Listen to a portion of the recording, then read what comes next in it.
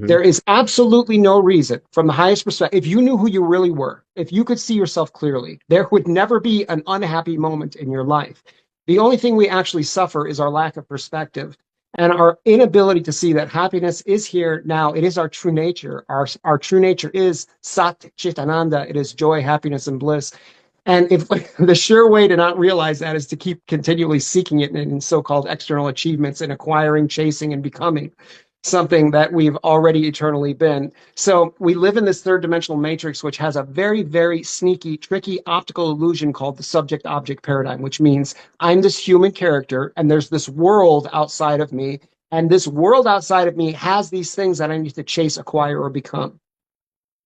That's an optical illusion. It's a trick of the ego mind with the five senses projected outward. There is no outside world. It all exists within you. And when we can shift our perception from the delusion of the ego mind that everything is outside of me, right? This is the entire chapter in R.J. Spina's brilliant and revolutionary book, Acts of Superconsciousness. When we're able to shift that paradigm from separateness, everything is outside of me and I have to chase, acquire, and become, or help, fix, help, and rescue, to everything is within me and that's where it's created, and whatever I create within me gets emanated out and reflected back. When we can understand that, the seeking stops and the lack of happiness dissipates as we understand our true nature, which is again Satchitananda, joy, happiness, bliss is always here, and it's always just one choice away.